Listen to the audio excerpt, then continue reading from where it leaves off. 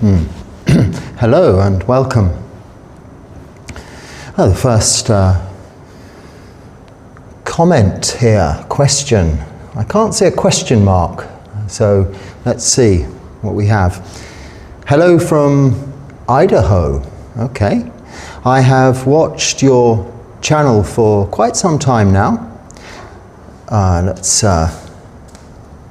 Okay. My mother has always influenced onto me the charm of Tibetan Buddhist teachings, and through my life I have held them dearly. Now going into school and becoming an adult in the world, I'm slowly gathering stress onto myself and put high expectations, especially when it comes to writing, and my slow perfectionist mentality, even as I write this in brackets, and often compare myself to the swiftness of my peers. How can I practice to accept my anxiety during class and avoid comparing my abilities with others, so that way I can have a more tranquil journey to become a neurologist. So I would guess you are quite intelligent. You want to go to university after college. I'm not sure what stage of the education system you are at currently, but you answer your own question. How can I practice to accept my anxiety during class and avoid comparing my abilities with others in order to become more tranquil? It's just that. You practice. You keep precepts, you practice meditation, and you develop wisdom. Not of the intellectual kind, but you develop wholesome mind states and reduce unwholesome mind states.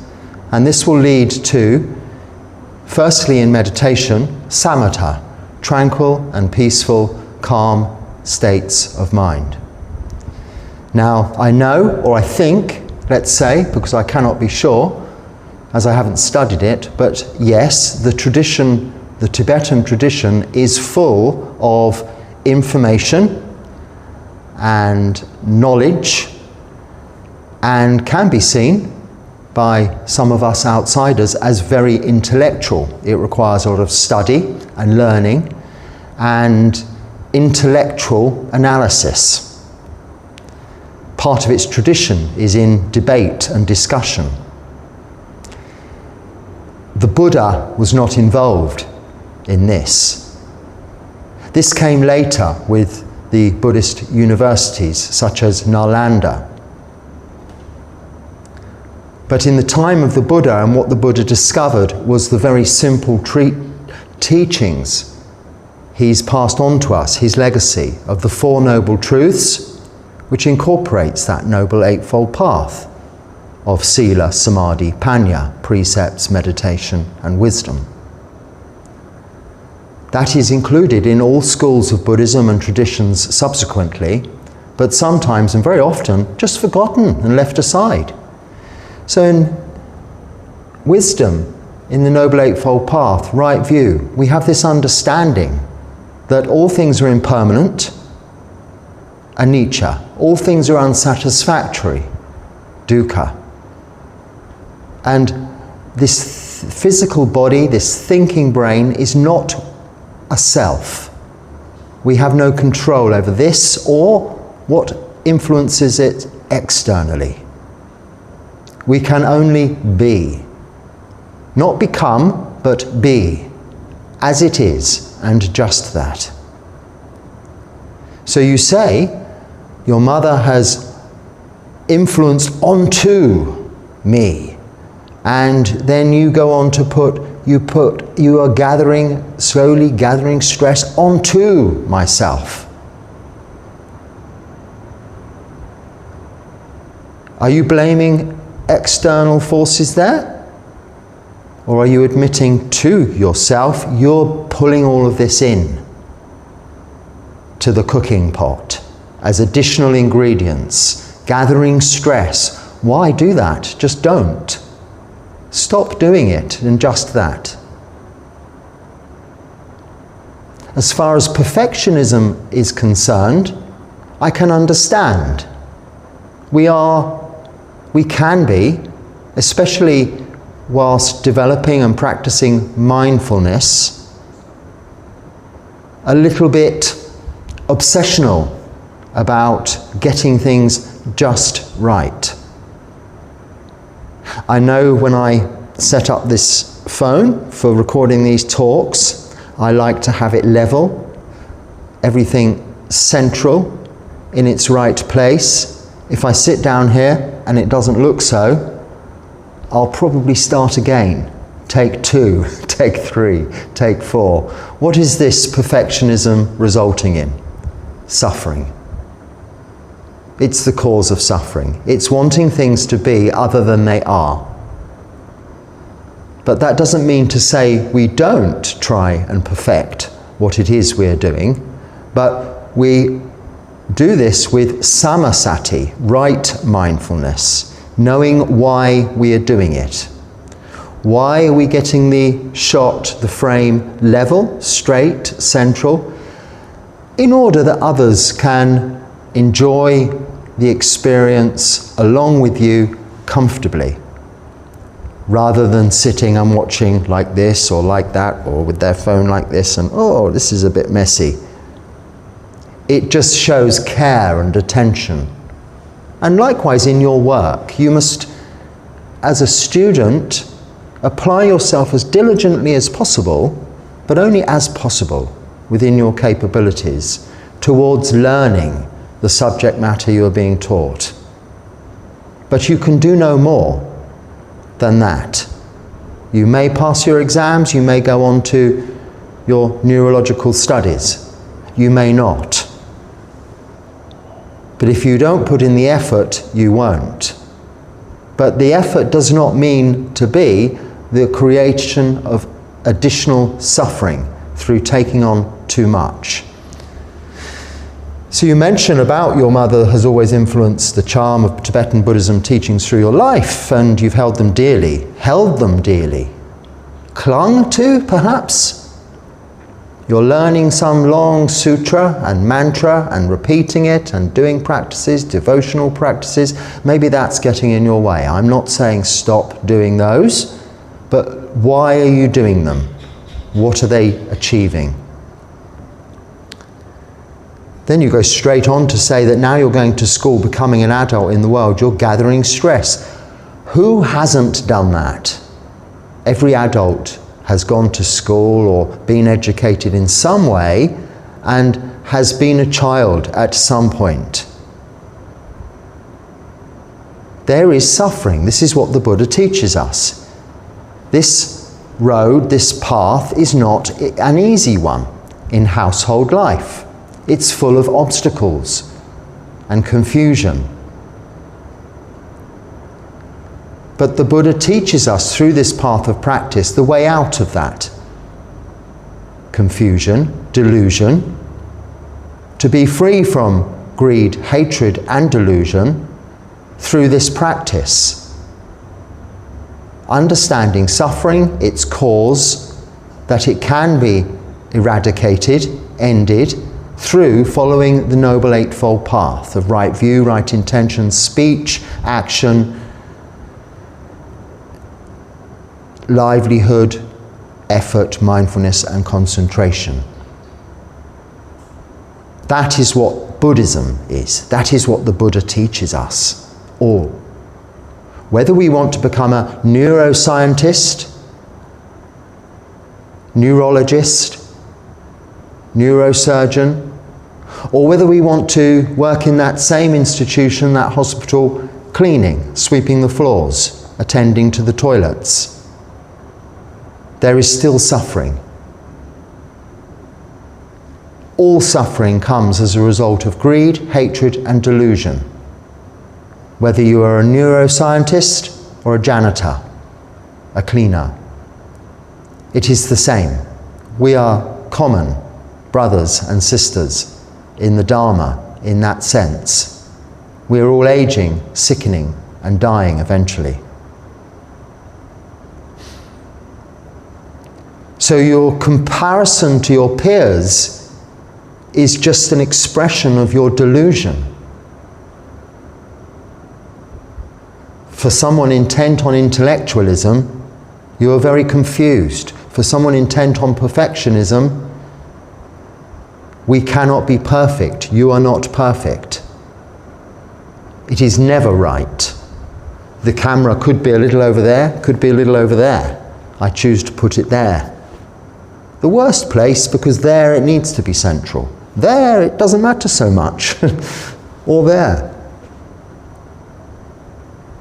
Creating myself here, suffering. Gathering suffering for myself. But hopefully for your benefit.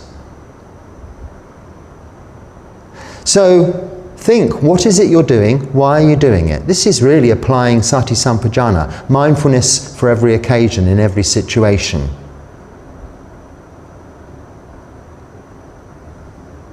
And dispense with what it is you're doing that is unnecessary. I don't know much about writing and getting degrees and theses and all of this stuff. But I can write. I was taught in business training how to write effectively in communication to others, to either get a point across or to get something from them. And similarly with speech. Your writing should be no different to speech. It doesn't need to use longer words or be more complicated. And likewise, your speech doesn't need to sound as if it's read. We're just communicating with others. And I think in the educational system, when you're writing the answer to a question, the simpler your answer is written, if it is correct, the more easy it is for the person marking to give you a good mark. If they've got to read a long paragraph to find the answer, you've not been able to get your point across. This is where your tendency towards perfectionism can get in the way, is getting in the way. So how can you practice? Keep the precepts. Every day in the morning and every day in the evening, practice meditation, even if it's only for 15 minutes. That's what you need to do. Then you are beginning to follow the Noble Eightfold Path. You don't need to accept your anxiety during class and avoid comparing your abilities to others. Just stop doing it. It doesn't matter what others are doing. No one is comparing you to them. If your teachers are, they're not very good teachers, putting some on a pedestal, having a league table and such. It's probably not a common teaching method these days. If it is, I'm surprised. It tends to keep people at the bottom of the league and perhaps falsely hold people at the top. No, concentrate on your own practice, concentrate on your own learning and studies. Don't worry about others. You've got enough to worry about yourself in samsara. You've got enough to deal with yourself, not deal with but understand. This is what the Buddha teaches. So maybe you've misunderstood the teachings of the Buddha, or you've selected the poetic and pretty aesthetic side of Buddhism that is so beautiful. The devotional practices, the sounds, the sights, but forgotten the true meaning of what the Buddha was showing us. Suffering, the cause of suffering, end of suffering, and this path leading to the end of suffering. Okay, Bhante. So next question. Bhante, though in English it's called jhana,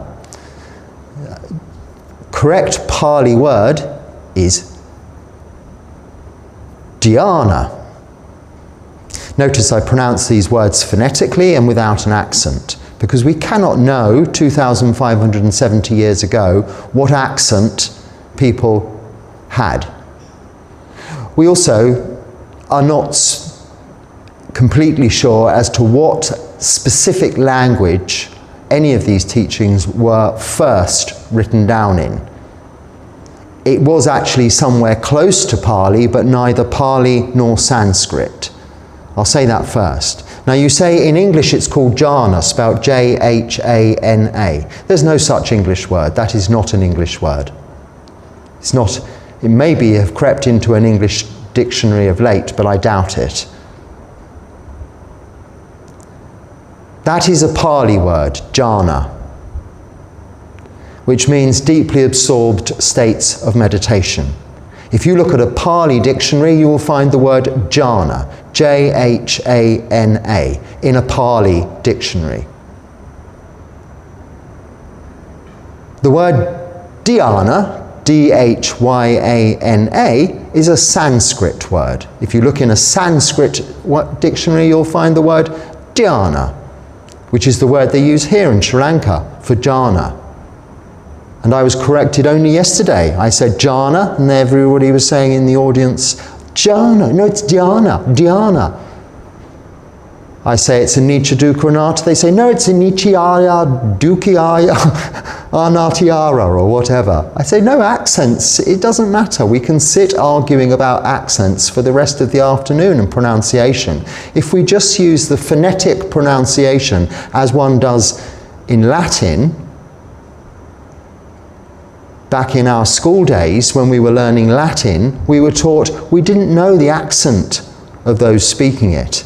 We don't pronounce Latin words with an Italian accent because it was an international language.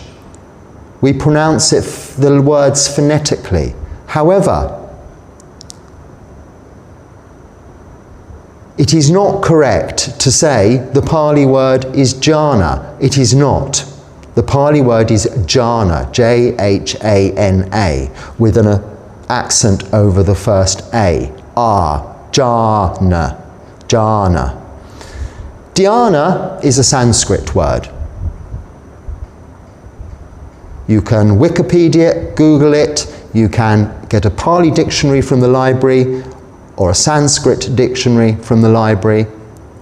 You can research, you can find this out for yourself. It's as simple as that.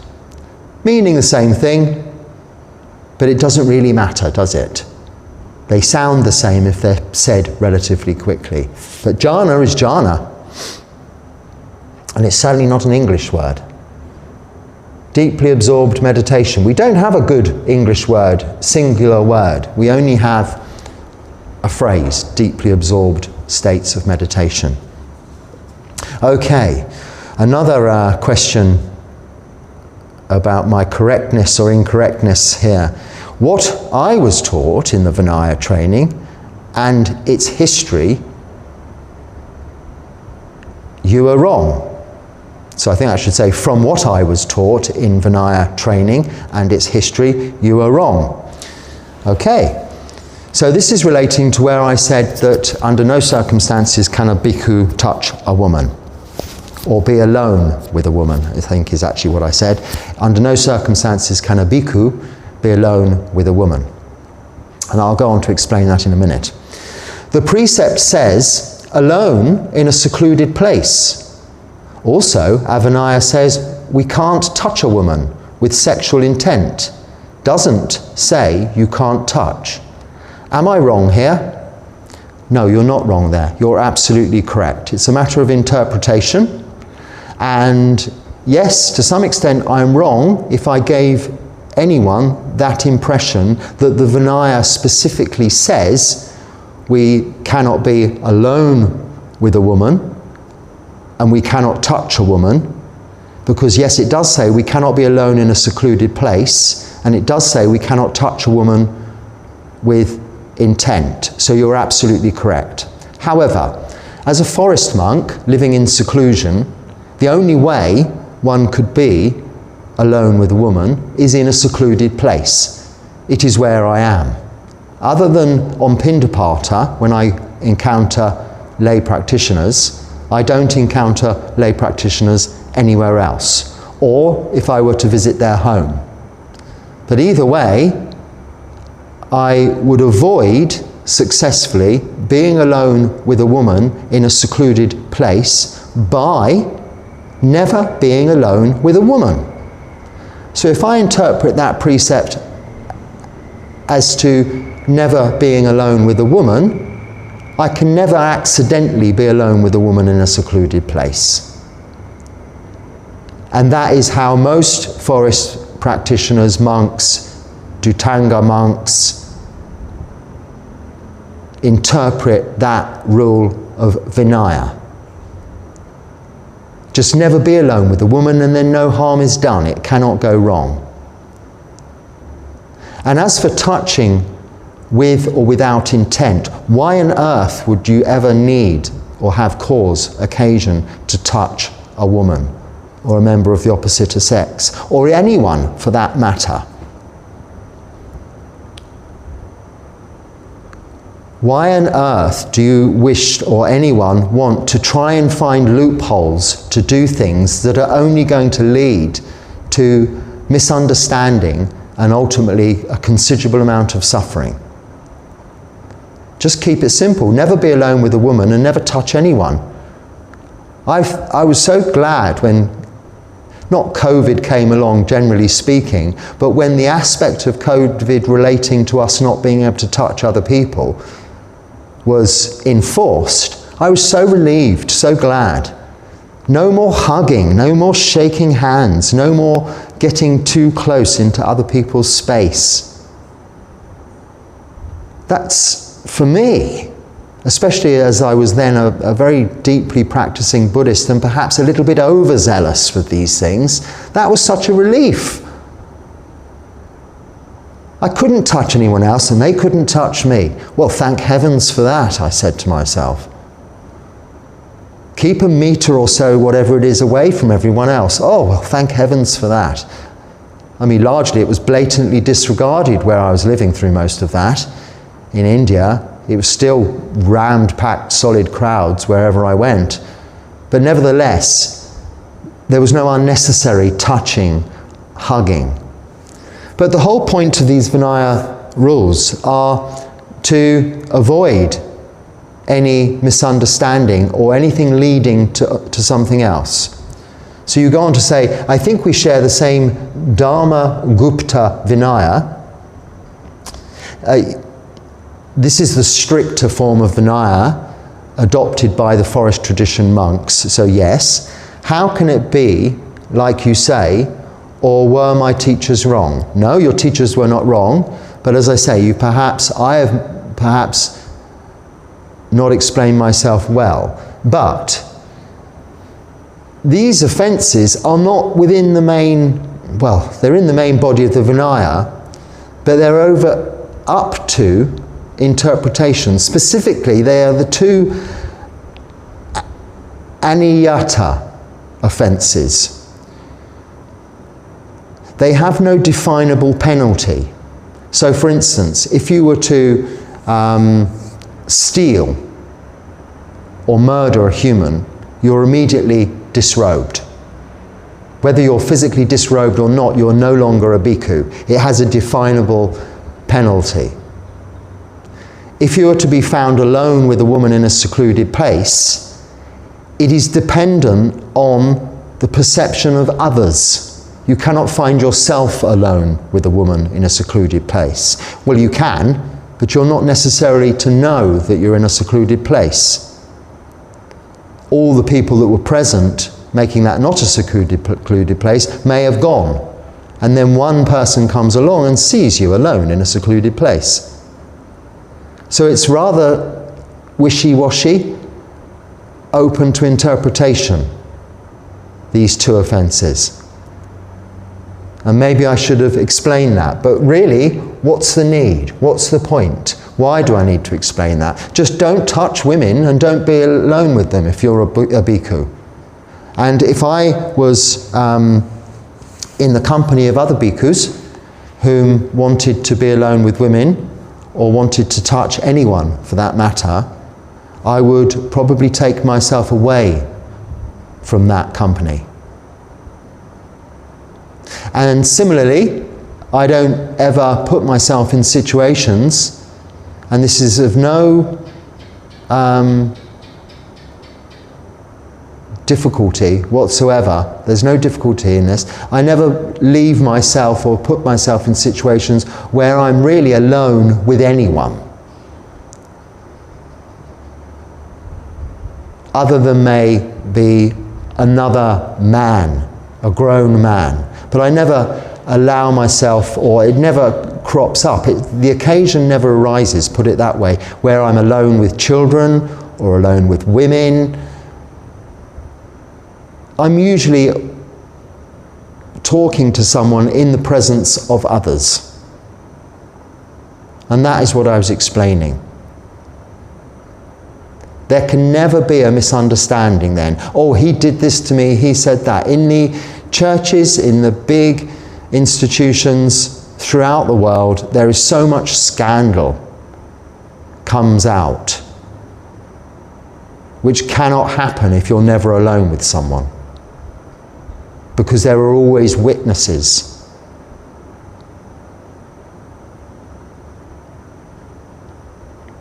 So why make it difficult for yourself? It's about interpretation.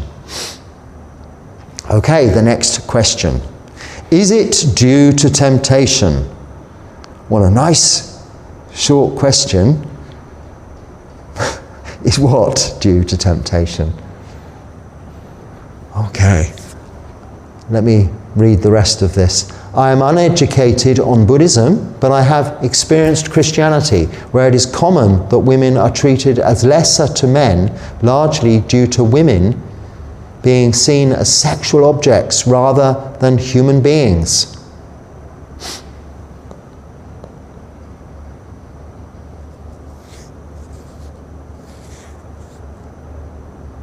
Maybe that's relating to the same statement of mine, never to be alone with women. Yes, of course it is. That would make sense, wouldn't it? So, no, it's not due to temptation. It's really due this particular offence, aniyata offence. It's down to the perception of others. Now, we can never know how people think, but we don't need to give them food for thought. Especially, we don't want to bring the Sangha, this noble body of ordained men and women, into disrepute by giving anyone the opportunity to think that we are not strictly upholding our moral precepts of celibacy, chastity. So it's not due to temptation from the monk towards a woman or from a nun towards a man, because I think the reverse rules apply equally. Maybe they don't. I'm not an expert, and you must forgive me here.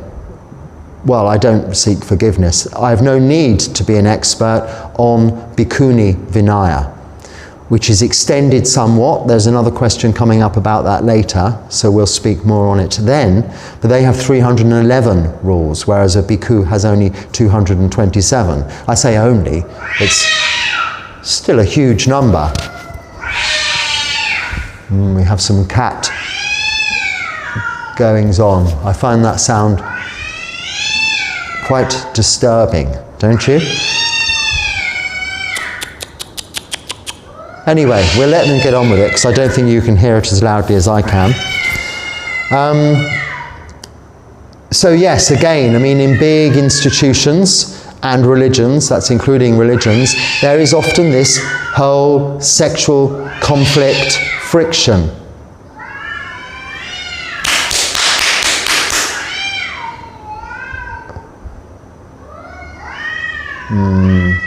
This is one of the, well, they're all neighbouring cats, none of the cats are mine, but occasionally they encroach on others' territories. And at the moment, whilst we're doing some work outside, I think the boundaries of those territories have become less defined, and some of the little cats are going out with their explorative nature, looking into other territories. Hence this conflict, similar to conflict we see throughout the world, not only now, but have done throughout history. It goes on too in the animal kingdom. If you'll excuse me for one moment, I'm going to simply go and see what's going on.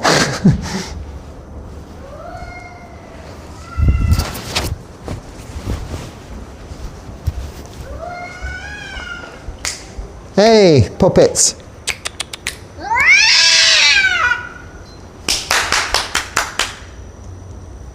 There we go, Squeaky Pops.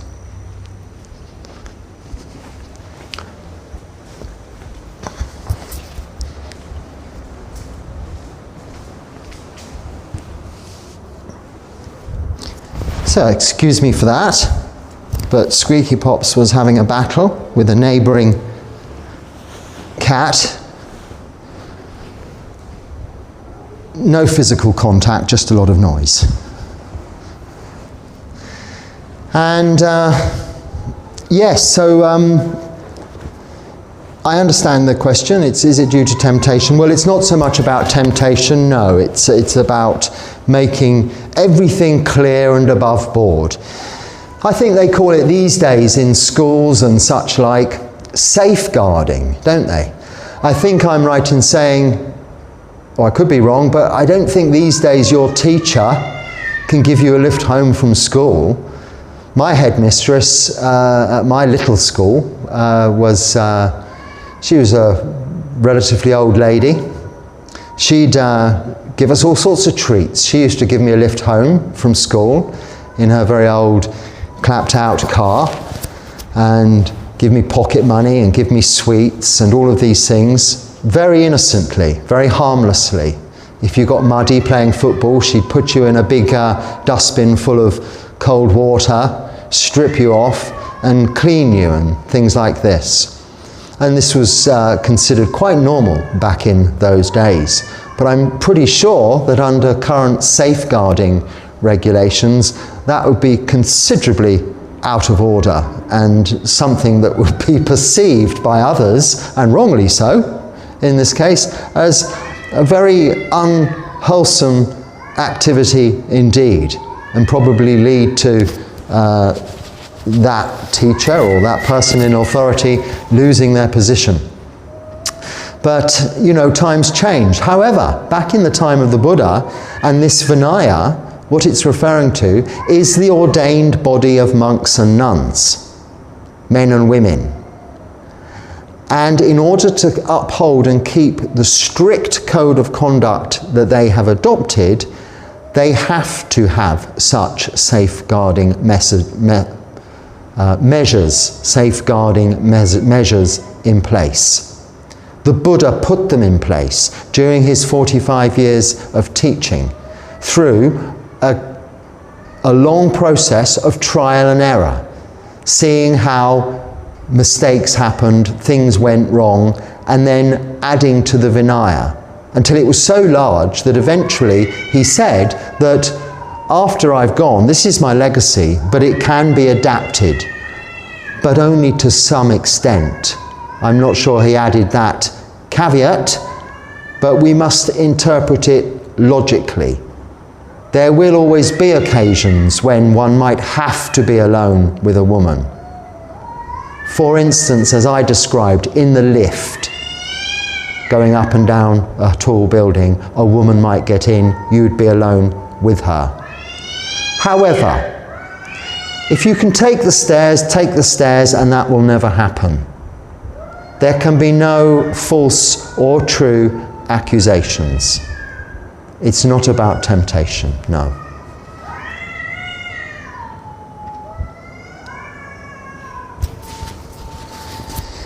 So along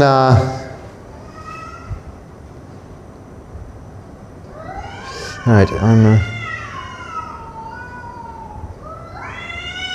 I'm a bit concerned. I'll read this bit of this question. I'm a bit concerned because Asian Buddhists mostly don't agree Mahayana teachings and get offended when I ask if they agree teachings like Shunyata and Bodhisattva path. So Sunyata is emptiness in Pali, and it comes very much into Theravada Buddhism, as much as Mahayana Buddhism. Hinayana, Mahayana. Higher vehicle, big vehicle, lower vehicle, lesser vehicle. Hinayana, I'm of the lesser vehicle, lower vehicle tradition. The simple, basic kind of Buddhism, if you like. The entry-level base model of a vehicle, as opposed to the luxury, all bells and whistles, full of accessories version, that is the higher vehicle. So it's not a case of disagreeing, it's taking different aspects and choices, making different choices of what is presented to us in those forms, in those teachings. So likewise, one can choose this Bodhisattva path, as in that is you're going to not choose to become enlightened yourself until you have ensured that all beings have become enlightened before you, if you wish. That isn't the Theravada school of Buddhism's view or practice, in that it's simply quite an impractical option, because there is only one Buddha at a time, and usually speaking, well, there can be many other forms. There can be Pacceka Buddhas, there can be different Buddhas and living in different realms and so on and so forth in these cosmological scopes, ideas, views on Buddhism, and they're varying in their varying nature. But we choose to take the option to follow the path towards freedom from suffering in this lifetime and no further rebirth, rather than to the attainment of Buddhahood ourselves.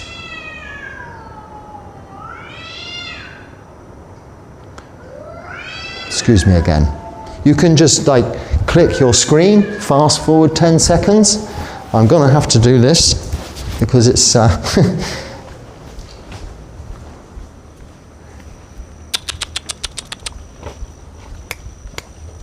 Hey!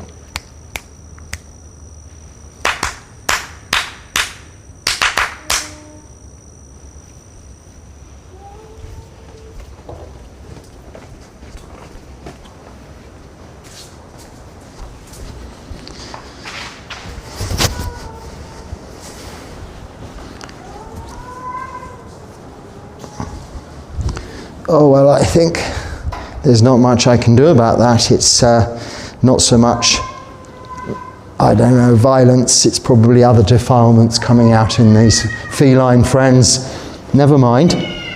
So the question at the end of this statement about your concern over, then you go on to say about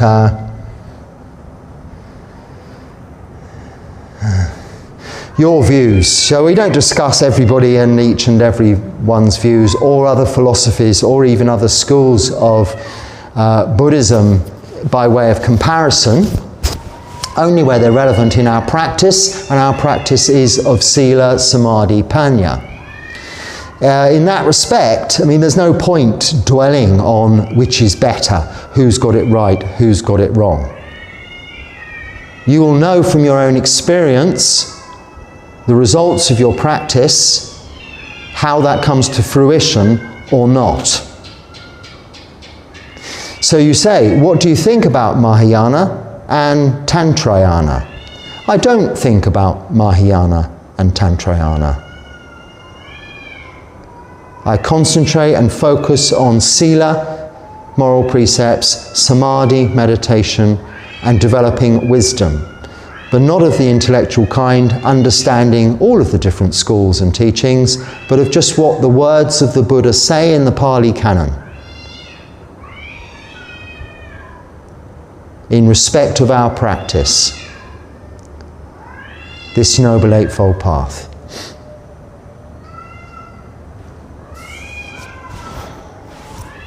Okay, you often encourage us to read the suttas, and I have been doing so. However, I find the Anapanasati Sutta difficult to understand. Would it be possible, please, for you to explain each tetrad of the sutta? Funnily enough, I was asked this as well yesterday about, I was explaining breath meditation to someone and they said, oh, the Anapanasati Sutta, and then they went on, or began to go on, to explain to me the entire way that sutta is written in terms of these tetrads. It's only expanding on the idea of observing the breath as we breathe in and observing the breath as we breathe out, knowing if it's short, knowing if it's long, deep, shallow, soft, harsh. You know, this is examining the qualities of the breath and how that leads to the tranquilization of the mind and the relaxation of the body. The calming of the mind and the relaxation of the body. But it's explained quite simply. Now, there is a video where I talk about this by just reading through the Anapanasati Sutta in its chanting form. So go to the chanting book, read it there. It's very straightforward. Don't try and explain each tetrad to yourself, and don't ask me to explain it, because there's no point.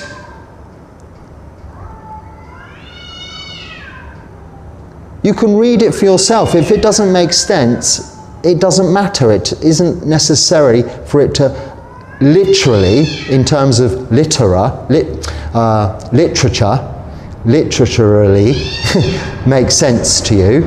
It's conveying a message of observe the breath.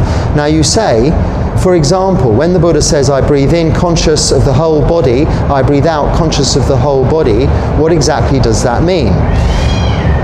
It can be interpreted either as the body of air you inhale and the body of air you exhale, or it can be interpreted as being aware of your physical body as you inhale and the effect of that inhalation on your physical body. Whatever suits you, it doesn't matter. But what it does not say is observe the breath at the tip of the nose, for instance, only. And some people get confused. They say some people are saying observe the breath at the tip of the nose, some are saying observe the breath throughout the whole body. Well, actually, you cannot observe the breath through the whole body. I know people say observe the breath as you breathe in, oxygenating throughout your right-hand side of your body down into your leg and into your toes. Well, personally, I've been practicing Anapanasati meditation for many years, and maybe if I was smoking something like nicotine or marijuana, I could feel the effects on the bloodstream. But normally the process of oxygenating the bloodstream, I cannot feel down to the tip of my toes. That's imagination, as far as it would be if I was to think I was feeling that. But I know I'm breathing in a whole body of air, and I know I'm exhaling a whole body of air, and I know from the experience of that the effect it is having on the whole physical body. And this is what he's referring to, the effect of breathing and what it's having on the whole physical body. But if you want to interpret it as the inhalation of the point is, it doesn't matter. When the Buddha sat under the tree, the apple blossom tree or the cherry tree, whatever tree it was, it's interpreted by different countries as different kinds of trees. As a child, observing the breath, he went into jhana. He recalls this and takes it, chooses it as his meditation object as a result of this recollection. But as a child, he wasn't analysing it in the form of tetrads. This has come from additional commentary on these teachings, dividing it into paragraphs. So as I breathe in, it tranquilizes the mind. As I breathe out, it tranquilizes the mind. As I breathe in, it tranquilizes the body. As I breathe out, it tranquilizes the body, calms the body, and so on and so forth. It's just words, more and more words. Stop studying, just do it. Sit and observe the breath, and you will experience all of the answers you need to know about anapanasati, mindfulness of the breath. Likewise, could you clarify the other passages, especially those speaking about awareness of mental formations, the mind's impermanence, and so on?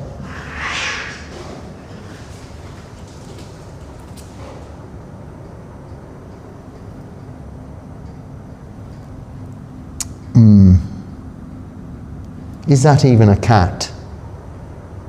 Yes, that is. It could have been one of those wild creatures. Anyway, Squeaky Pops has, well, he's run inside and hidden, so that's a good thing. And now the other cat's gone off, disinterested. So this is like mental formations. If you keep poking at them, disturbing them, that's what happens. Conflict, problems, difficulties, noise in the thinking brain. Stop poking, run away and hide. And where do you hide? Under the tree in your breath. This is what the Buddha did.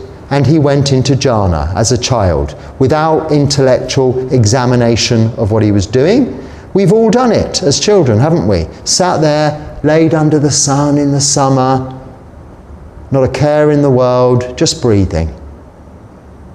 Piti and sukha, physical rapture, mental joy, is there without intellectual ideas, examination and commentary. I have seen your teachings and videos on anapanasati, but would it be possible for you to explain the sutta directly, please? Yes, it's done. A video called How to Meditate. If you put in search thing, the search gap there, How to Meditate, English Buddhist Monk, it comes up. In fact, I've spoken about it many, many times, but I don't go into step by step each tetrad, other than in that video, I think I do, but only through the shortened, abridged form that we chant in the chanting book. It's good enough. It's all of those stages we call tetrads. But those stages, when we're learning to swim, when we're learning to balance whilst riding a bike, we don't have to break it down into stages. I will lift my right hand out of the water, move it forward, place it back into the water, and pull it back. By which time you've drowned. You just jump in the water and hopefully you swim. You sink or you swim. This is the same with meditation of any kind. You have to do it, not talk about it. Experience sunyata, emptiness, peaceful, tranquil states of mind coming from samatha, where you can see clearly, vipassana. These are experiences resulting from samadhi, right concentration, samadhi. Stop intellectualizing it, stop thinking about it, talking about it, reading about it, even listening to these talks. Once you've listened to one, you've listened to them all. No, we need to keep examining our own doubts, of course, bringing them to the surface, identifying the obstacles, the hindrances, and removing them, or providing their antidotes. And this is the point of this discussion. But not to intellectually analyse each and every and singular sutta. But if you want to do that as a sideline, that's there. There's plenty of channels available that go into hours and hours of talking about one sutta alone. There similarly are other channels that go into summarizing one sutta in 10 minutes, for instance, which are considerably more useful than the former. Because it is the understanding you want, not the intellectual analysis. But yes, I have done that already, so it is there.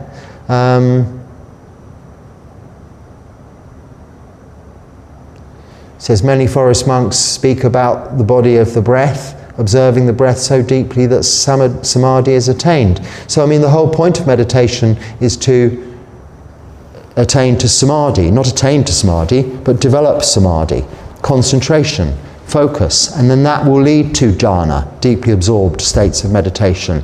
And the most readily available meditation object and easily accessible meditation object for that is the breath. So mindfulness of the breath, anapanasati, yes, leads to jhana. As it did with the Buddha as a child, as it can, not just for forest monks, but for you also. It's not some highly attained level of existence that only the privileged few experience. The Buddha was a child at the time. You, as a child, have experienced piti and sukha, physical rapture and mental joy. As an adult, possibly also in situations such as, deeply absorbed reading a novel, a book, or watching a movie, or listening to your some very special and pleasurable music, entertainment, distraction. You've become absorbed in it, experiencing physical rapture, mental joy. Jhana is the provision of that experience without that external stimulation. By going inside and experiencing freedom from sensory disturbance, freedom from physical disturbance, and freedom from mental activity, thought, papancha. In the first jhana, still with applied thought, vitara vichara, vitaka vichara, taking your thoughts or your mental capacity and applying it to the observation of the breath, vitaka, and then vichara, keeping it there, sustaining it there, until you become fully absorbed into that meditation object and that alone, experiencing piti and sukha.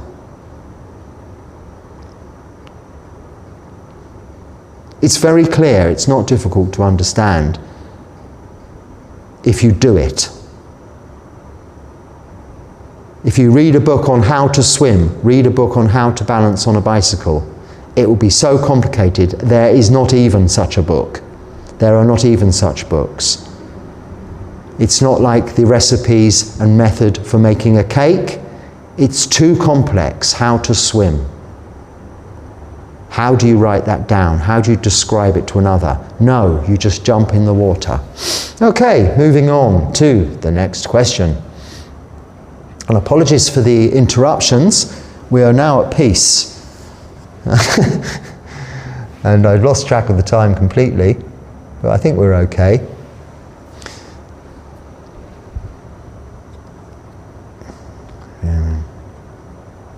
I had watched a video where monks were having meat at every meal, and as a vegan myself, it was bothering me. Laugh out loud. I like that you choose not to, right? The statue behind you, oh, that's got nothing to do with the question. Okay, so the statue behind you, the Buddha Rupa here, I'm assuming, has hair. Why do you shave your head? And why is the Buddha's hands always that way? Okay, the Buddha's hands, this is in the teaching mudra, which represents his first teachings, the Dhammacakka Sutta. Turning the wheel, I'm trying to sort of replicate it here. I've got that finger missing. Putting the wheel in motion.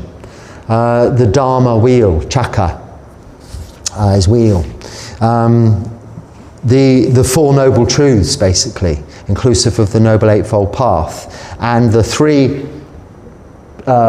fingers pointing upwards are towards the refuge we take in the triple gem.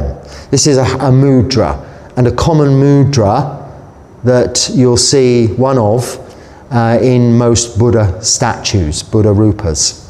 This is in fact almost identical, I think, to the one you'll see as you arrive at the airport, international airport in Colombo. As you go into arrivals, this very similar mudra is presented to you on the big Buddha rupa there. That's what that is. This is jhana mudra, so meditation mudra, and there's a couple of others. This hair thing is in the Vinaya rules. A monk is required to shave their head, including beards, out of renunciation. In the time of the Buddha, convicts would have all their hair shaved off because it was a status symbol. So as a true renunciant, one does not rely on beauty and appearance and status of having hairdos and beards and all kinds of hairy facial attributes. So one just shaves them all off. It's the simplest way to get rid of it. So for that reason, we're prohibited from using clippers or scissors because that's trimming hair to be aesthetically pleasing. So we can shave our heads with a basic razor without even the use of a mirror. Well, I can because I've been doing it for many years, but we can use mirrors, but only for that reason, to shave our heads or faces. But I don't need to because I've lived in places where there weren't mirrors available and had to get used to just shaving my head without a mirror. Now you say, why do I shave my head? Well, the reason monks shave their head is in the Vinaya rules, we are not allowed to allow our hair to grow more than 2 fingers width, this thing, in length. So as you see, that's actually quite long. If it was on your face, it would be quite a full beard, wouldn't it? Like this. This is when we must cut our hair, but it must be done with the razor, not scissors. And if you've ever tried doing this, if you let your hair get that long, it's quite difficult to do it with a razor. As it is, we just restrict shaving our faces and our hair to the occasion the day before the Uposatha in the forest tradition.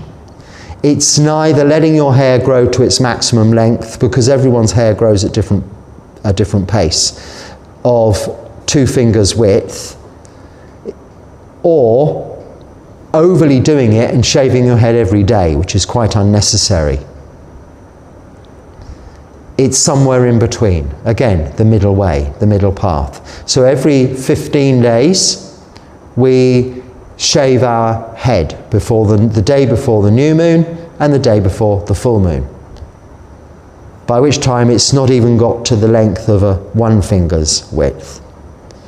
But in the time of the Buddha, the monks wouldn't have been shaving their heads so often. They wouldn't have had necessarily their razors. We are allowed a razor, it's one of our 8 requisites, but it wasn't always practical to do so, and not necessary.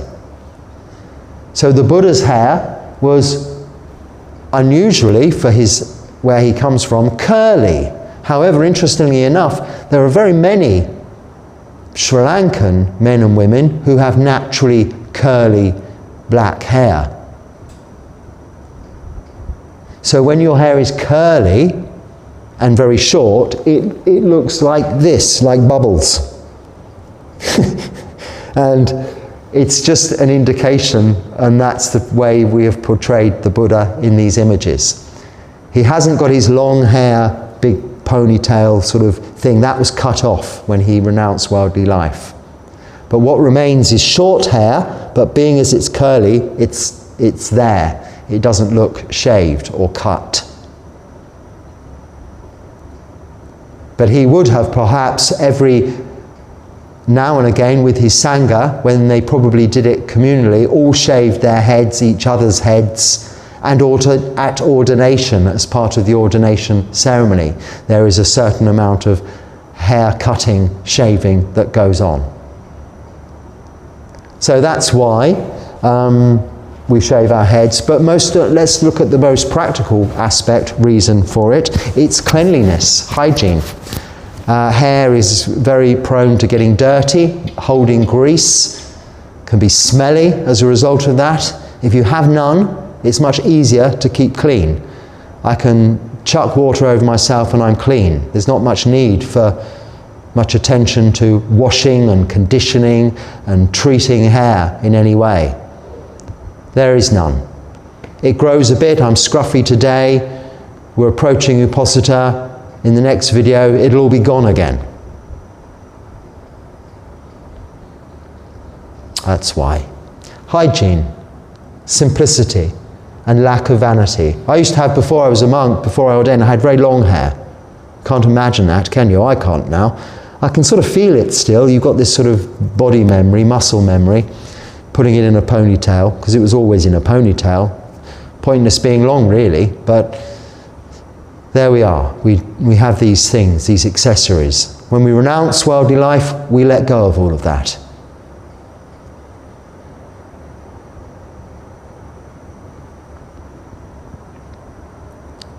Oh, a quick comment here. It says, he's missing a finger. That's referring to me.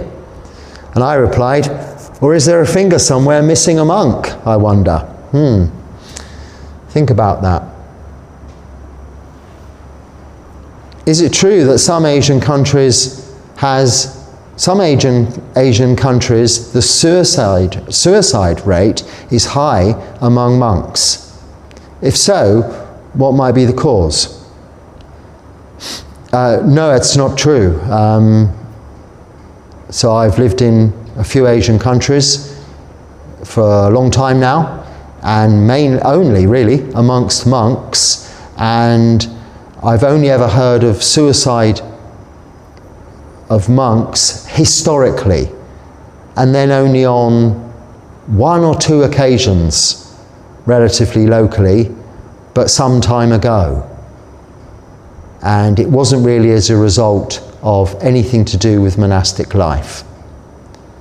In any large number of people, there are going to be occurrences of varying causes of death, one of which might be suicide. This is just simple mathematics.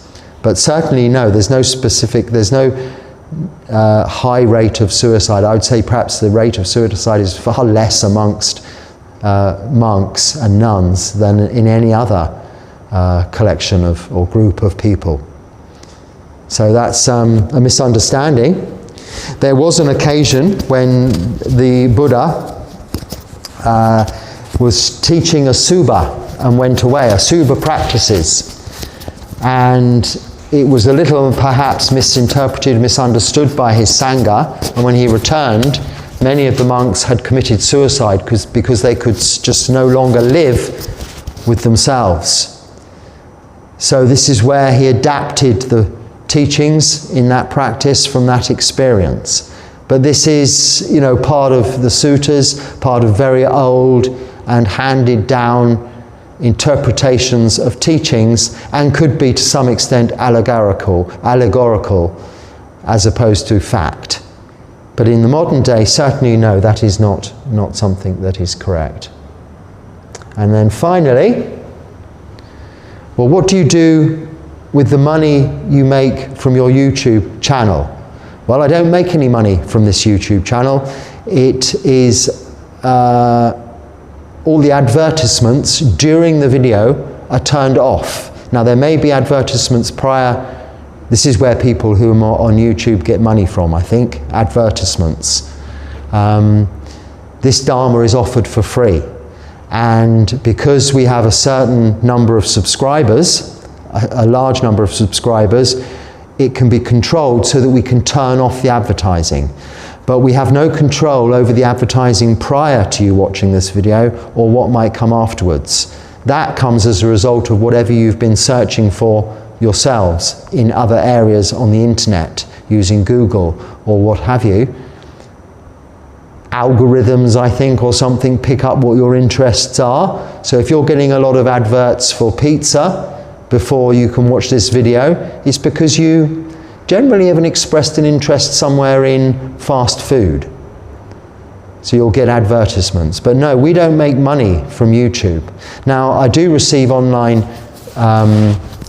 donations, but those go to a non-profit organisation responsible for supporting Sangha requirements, specifically my own requirements in terms of my basic requisites that aren't provided for me locally. So for instance, I receive food every day from local people, accommodation from local people, robes from local people, clothing, and very basic medicines from local people.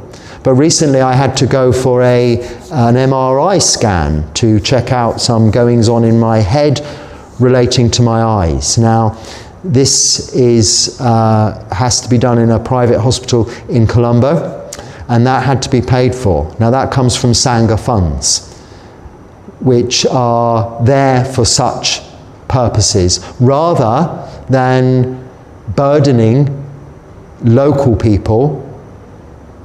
There is a backup fund there for that purpose that comes as a result of generosity of people's dana offerings, whether small or large, but mounting up to enough to afford the opportunity for me to go and have what the ophthalmic surgeon recommended, which was an MRI scan, for instance. Or, for instance, when visas need renewing or an airplane ticket needs to be purchased. But none of this money comes directly from YouTube itself. I think there is a small amount that comes from YouTube. When I say small amount, very small amount of money, but it all goes into the same pot and is managed and distributed by lay practitioners, because monks themselves, bhikkhus, do not handle, use or instruct otherwise to be used money themselves. So the supporter here, a kapia if you like, someone who takes care of daily needs that aren't already met, someone whom I can go to with problems, for instance. For instance, if I was ill and needed to get to a hospital quickly, I would go to a particular individual, or there are a few locally, whom would either provide transport or arrange for transport to be provided, and could have access to those funds to do that on my behalf. So that's nothing to do with me. And as you say, what does the money that you make from YouTube? Yes, so that's an answer to your question. Well, there isn't any. And we don't use money, handle money. And on that note, until next time, I think we should leave it there. Once again, apologies for the interruptions. I hope it didn't disturb your viewing too much. If anything, it's just a way of us really seeing you joining me in my experiences here. It's not a studio, it's all real. As centered as I might have liked to think I've got the camera, it's real life. The camera can fall over if the cats bang into it, you know, or other creatures that might come in. I've learnt a little bit more. Apart from water in other places, you know, I watched one video and learned so much. It was an English lady married to a Sri Lankan man, and she was explaining about the difficulties they had in getting an independent water supply, which I'm all too familiar with, but I thought I was alone in those problems. But as a result of seeing that one video, I'm not encouraged, but relieved to know I'm not alone, even though she has a Sri Lankan husband who obviously speaks the language and is local. They had as much difficulty getting an independent water supply as I seem to have had. But also I learned from that video that these snakes I see so often are harmless, and they are called rat snakes, not rattlesnakes, but rat snakes. And this is the peak season for them. So there are a lot of them around at the moment. So if you see a big snake sliding behind me or around me, don't worry. Well, I'm not worried anyway. I've been around cobras, and I've been around those other great big ones, anacondas even, many snakes in Thailand, and never been harmed by them, fortunately, if you're very careful. But these snakes are, I'm told, very harmless. They are just going to slither around. and they usually get out of your way. But they're called rat snakes. So I learned two things, or a couple of useful things from those people's experience that they shared. And on that note, I hope there's something also that you've learned from the talks about the comments and questions today that you can find useful in your daily practice and your activities of body, speech and mind. But if not, just let it go and just concentrate on your practice, your samadhi, meditating every morning and every evening. Until next time, be happy and stay well. And I really mean that. Sukhi Hotu.